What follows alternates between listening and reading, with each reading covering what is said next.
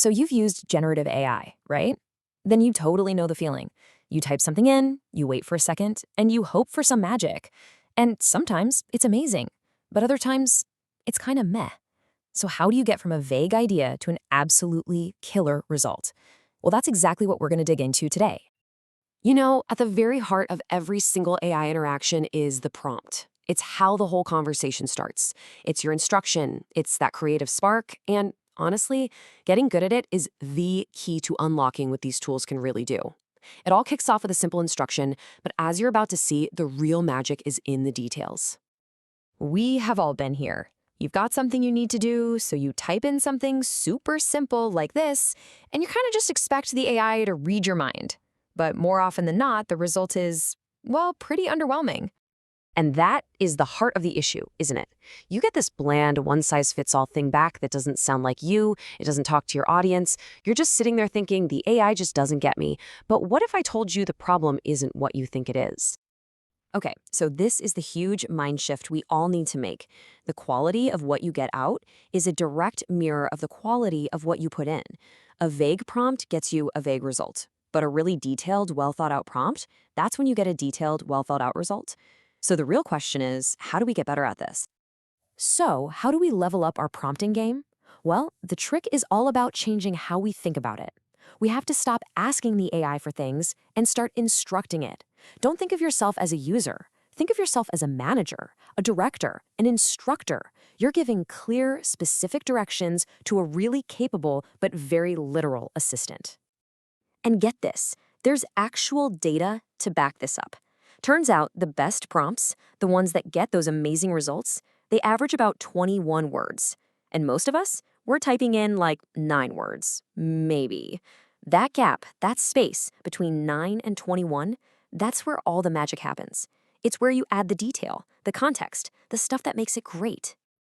Okay, so let's redefine what we're even talking about here. A prompt is not just a question. It's a specific instruction. It's the beginning of a collaboration. And that word, instruction, is everything. It means you're providing guidance, a direction, a clear goal. And to help you build that perfect instruction, there's actually a super simple, really powerful framework you can use. This is it right here. It's called the PTCF framework, and it's a total game changer for organizing your thoughts. First up, P is for persona. Tell the AI who it should be. An expert marketer, a funny scriptwriter. Next, T is for task. Give it a clear action. Draft, summarize, brainstorm. Then you've got C for context. This is the background info. Who's the audience? What are the key details? And finally, F is for format. How do you want it to look? A list, bullet points, a professional email? All right, let's see this thing in the wild. You are a program manager. That's your persona. Draft an executive summary email. There's the task. Based on relevant program docs. That's the context. And limit to bullet points. Boom, the format. I mean, look at that. It's night and day compared to just write an email, right?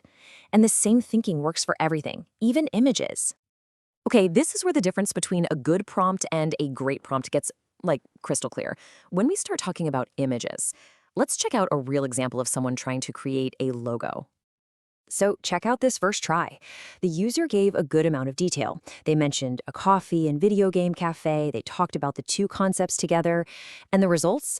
I mean, they're fine. They're not bad. They get the general idea, but they don't really have a unique style or personality.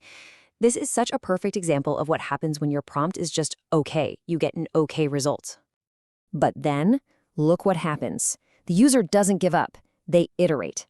They saw something they liked in that first batch, that retro cool vibe, and they asked for more, but specifically in that style. And bam, the results are instantly more focused, way more creative, and just feel like a real unique brand. That right there is the magic of getting specific and just trying again. So for images, the trick is to think in layers. Start with your subject. What's the main thing in the picture? Then add the context. Where is it? After that, define the style. Is it a photo, a cartoon sketch, a 3D render? And finally, you sprinkle in the modifiers, stuff like dramatic lighting, shot with a 35mm lens, or in the style of Impressionism. Every single layer you add just gives it more depth and gets you that much closer to what you're imagining. Okay, so we've seen the how. Now let's peek behind the curtain and talk about the why. Why does all this stuff actually work? understanding the tech just a little bit can make you that much better at this. Here's a good way to think about it. The old school AI was like a single purpose tool, right? Like a calculator. It does one thing, and it does it really well. But the generative AI we're using today, it's like a Swiss Army knife. It can write a poem, it can code a website, it can analyze data.